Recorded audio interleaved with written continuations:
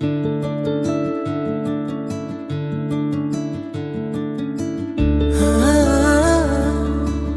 முறை சீடர்கள் எல்லாரும் புத்தர்கிட்ட தியானம் செய்யறதால உங்களுக்கு எதெல்லாம் கிடைச்சிருக்கு அப்படின்னு கேட்டாங்களா.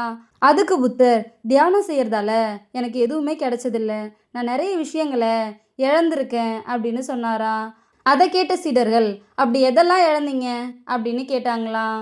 உடனே புத்தர், கோபம், பதட்டம், மரண பயம், பொறாமை, இப்படி நிறைய சொல்லலாம் அப்படின்னு பொறுமையா பதில் சொன்னாராம். இதோட இந்த கதை முடிஞ்சிருச்சு. நிறைய பேர் கூடியிருந்த ஒரு அரங்கத்துல ஒரு பேச்சாளர் ஒரு 500 நோட்டை காட்டி, யாருக்கெல்லாம் இது பிடிக்கும் அப்படின்னு கேட்டாராம். கூடியிருந்த எல்லாரும் எனக்கு பிடிக்கும் அப்படின்னு கையே தூக்குனாங்களாம். உடனே பேச்சாளர், உங்கள ஒருத்தருக்கு இந்த 500 நோட்டை தரேன், ஆனா அதுக்கு முன்னாடி அப்படின்னு சொல்லிட்டு அந்த 500 நோட்டை கசக்கி சுருட்டினாரா.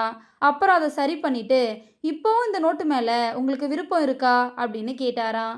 இப்போவும் எல்லாரும் கையை தூக்குனாங்களாம். உடனே பேச்சாளர் அந்த 500 நோட்டை தரையில் போட்டு காலால் நசுக்கிட்டு அந்த அழுக்கான நோட்டை காட்டி, இப்போவும் இந்த நோட்டு மேலே உங்களுக்கு விருப்பம் இருக்கா அப்படின்னு கேட்டாராம். இப்போவும் எல்லாரும் கையை தூக்குனாங்களாம். இப்போ அந்த பேச்சாளர், கேவலம் ஒரு 500 தாள் பல முறை கசக்கியும் மிதிக்கப்பட்டும் அழுக்கடைஞ்சும் அதோட மதிப்பை இழக்கல. ஆனால் மனுஷங்களான நம்ம அவமானப்படும் போதும் தோல்விகளை சந்திக்கும் போதும் மனம் உடைஞ்சி நம்மளை நாமே தாழ்த்தி கொள்கிறோம். இந்த உலகத்தில் பிறந்த ஒவ்வொருத்தருக்கும் ஒவ்வொரு தனித்தன்மை இருக்கும். அதோட மதிப்பு என்றைக்குமே குறையாது.